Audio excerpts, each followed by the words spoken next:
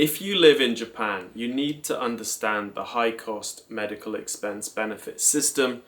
It's going to save you a huge amount of money and stress if you end up in a situation where you need medical treatment and it's going to be expensive.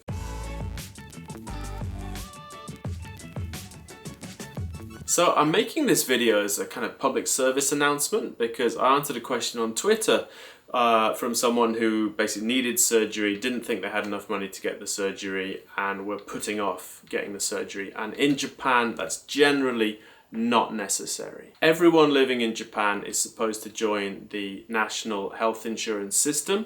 That's either paying into Kenko Hoken through your employer, where your employer covers half your contribution and you pay the other half, or by enrolling in Kokumin Kenko Hoken through your city office or ward office or local administration. Once you're enrolled in health insurance, generally you only have to pay 30% of your medical costs and the health insurance will cover the other 70%. And that's fine for most expenses. Hospital visits are fairly cheap, medicine's cheap, procedures are cheap. I had an MRI the other week and it cost me 8,000 yen out of pocket, I think. But if you had to have a more expensive treatment, say you needed to have surgery or you had a bad accident and you needed a hospital stay, then that could end up costing quite a bit more and you might be worried about paying those expenses out of pocket. Fortunately, Japan has a high cost medical expense kind of protection system.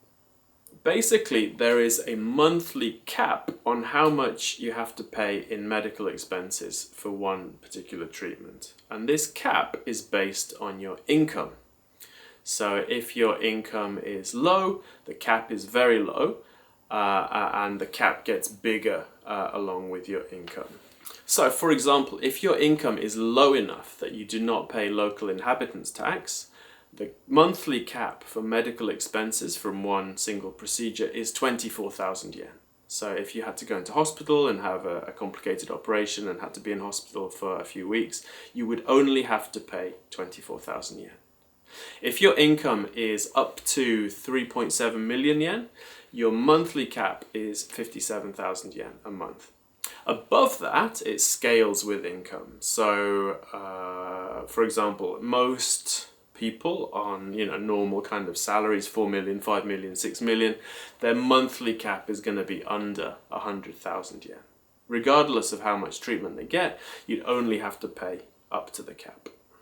Now, there's two ways to do the paperwork for this. The first way is if you know that you're going to be getting the treatment in advance, then you can get a certificate from either your employer, if you get your insurance from your employer, or from the ward office, if you get your insurance from the ward office.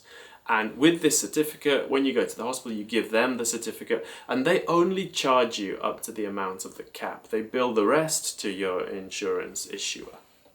Now, if you don't know that you're going to be in hospital, say you had a traffic accident, for example, you wake up in hospital and in that situation, the way the system works is that you would be expected to pay the full amount of the medical treatment to the hospital, and then as quickly as possible you would go to your insurance issuer, get the certificate and get a refund for the amount that you paid to the hospital. This isn't as convenient as the first option, but if you don't know that this is going to happen, then you wouldn't be able to get the certificate in advance. It's a bit of a clunky system, and I hope that they streamline it a bit going forward now that we've got all this My Number stuff. Now, this cap doesn't cover kind of personal expenses, like, for example, the food you get in hospital, or if you rent, pajamas and towels from the hospital, or if you decide to pay for a private room. Those would not be covered by the cap.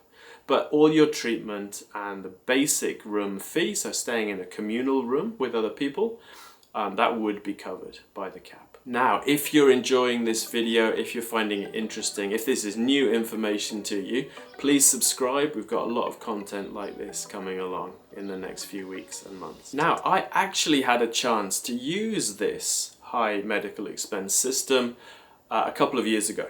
I had surgery, I had hip surgery. So I had this thing where one of my hip bones was protruding and doing.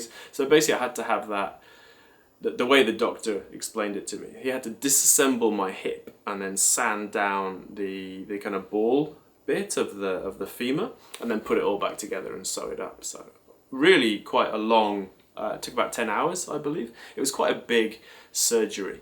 And I was in hospital for 3.5 weeks after the operation. Now I knew about this in advance, so I got my certificate, I handed it into the hospital.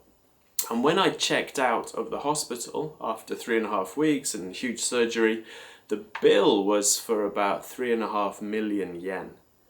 But I only had to pay about 80,000 yen. So my annual salary at the time was around 7 million.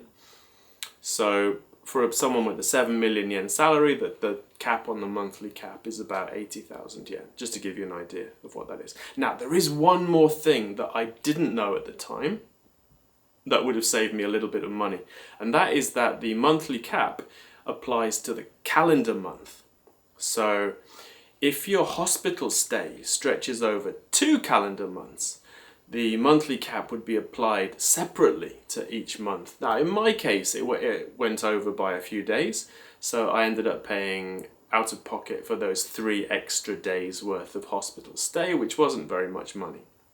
But it's something to keep in mind. If you have a choice of when your operation is, and you can arrange it so that the entire treatment and stay is within 1 calendar month, you'll save yourself a bit of money with that as well. So I hope you found this useful, and if you're going to have treatment, if a friend of yours is going to have treatment, make sure that they know about this system. I'll put some links in the description to the government websites that talk about the system, and if you have any questions, please stick them in the comments. I'll try to answer as many as I can.